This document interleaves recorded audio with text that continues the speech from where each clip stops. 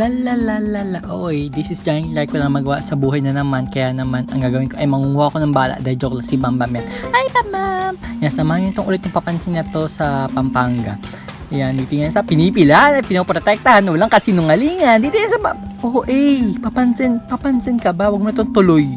Dito yan sa Alteza Restaurant. I will show to you the ambience of this restaurant with overlooking the OA. Mas ayan, kita yung mga views sa Pampanga. Ayan, yung mga kabundukan na magiging subdivision din naman. De joke lang.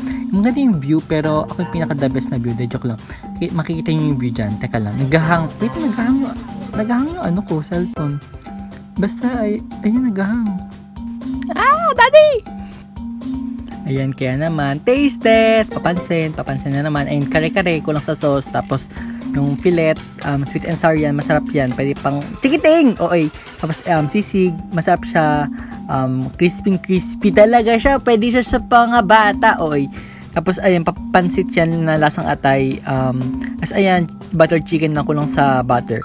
Ayan, tapos, ayun yung menu nila, medyo overpriced, 3 to 4 packs yung laman. Tapos KKB daw kami, kaya nalaman KKB, binalik ko yung mga pagkain pinagkakakain ko dahil papansin ako.